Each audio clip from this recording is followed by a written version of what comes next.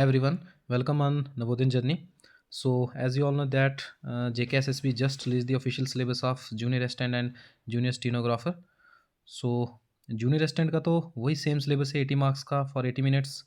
ठीक है, इसमें आपका 20 मार्क्स की वही जनरल इंग्लिश है, 20 मार्क्स की जनरल अवेयरनेस एंड 20 मार्क्स का न्यूमेरिकल एंड रीजनिंग एबिलिटी।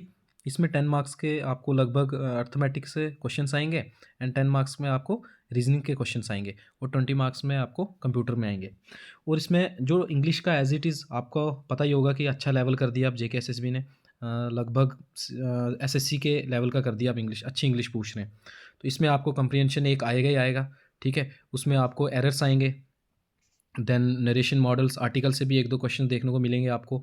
उसके बाद ये फिक्स प्रीपोजिशन ये भी मिलेंगे, एक्टिव एंड पैसिव भी मिलेगा आपको। सिनोनिम एंटोनिम अगर पूछ गए तो पूछ गए, नहीं तो आपको पता ही है कि JKSSB अनप्रिडिक्टेबल है।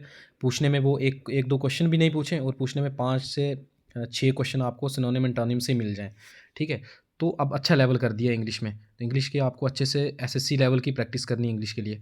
ठीक है, और इसमें अगर हम देखें general awareness with special reference to JNK UT, इसमें अराउंड 10 क्वेश्चंस आपको JNK से मिलेंगे। ठीक है, बाकी 10 क्वेश्चंस आपको थोड़ा एक दो question political and physical divisions of India से मिल जाएगा, हिस्ट्री से मिल जाएगा, मॉडर्न हिस्ट्री से एंड देन डेमोग्राफी से भी मिल जाएगा, रिवर एंड लेक से भी मिल जाएगा, थोड़ा ये सॉइल से मिल जाएगा, क्लाइमेटिक इससे मिल जाएगा। मतलब ज्योग्राफी से भी दो तीन क्वेश्चन देखने को मिल जाएंगे आपको। और करंट अफेयर से भी अब अच्छा पूछ रहा है JKSSB, 2 से 4 क्वेश्चन आपको करंट अफेयर से भी मिल जाएंगे।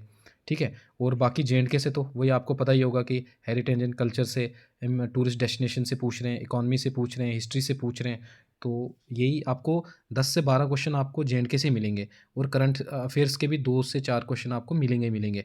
बाकी बच गए तो बाकी वही ज्योग्राफी और हिस्ट्री से मिल जाएंगे आपको थोड़े बहुत क्वेश्चंस। ठीक है, और बात करें अब हम मैथ्स की, तो मैथ्स में ये टॉपिक्स है number system, percentage, average, profit and loss, ratio and proportion and time and work.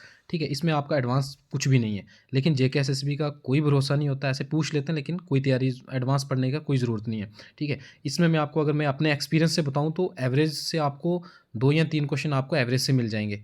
ठीक है, और प्रॉफिट एंड लॉस के हमारे टाइम जो क्वेश्चन आए थे, शायद मुझे लगता है 4 से 5 क्वेश्चन प्रॉफिट एंड लॉस पे ही थे।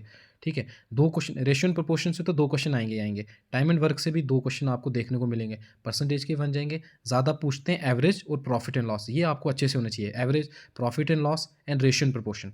ठीक है, बाकी इसमें यही रीजनिंग में अपना कोडिंग डिकोडिंग है ना, डायरेक्शन सेंस से भी एक क्वेश्चन आएगा, ब्लड रिलेशन से भी 2 क्वेश्चन आएंगे, स्पीड डिस्टेंस एंड टाइम से भी आएगा, स्टेटमेंट वाले भी आजकल पूछ रहे हैं, लेटर सीरीज, नंबर सीरीज, ये तो पूछते हैं। रीजनिंग आराम से बन जाती है, थोड़ा सा अगर आप बाकी से टाइम अपना बचा लो तो रीजनिंग आप आराम से कर लोगे, जिसकी थोड़ा बहुत भी मैथ स्ट्रांग है, थोड़ा बहुत भी उसकी कॉमन सेंस है, तो रीजनिंग आराम से हो जाएगी, बस थोड़ा टाइम होना चाहिए।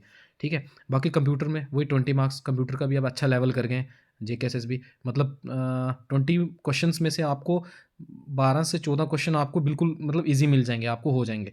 जो बाकी 7-8 क्वेश्चन है उसके लिए आपको अच्छे से MCQ प्रैक्टिस करनी पड़ेगी, जितने हो सकें इस टाइम आपको, जितने हो सके टॉपिक वाइज उतने MCQ प्रैक्टिस करने हैं, जितने हो सकें।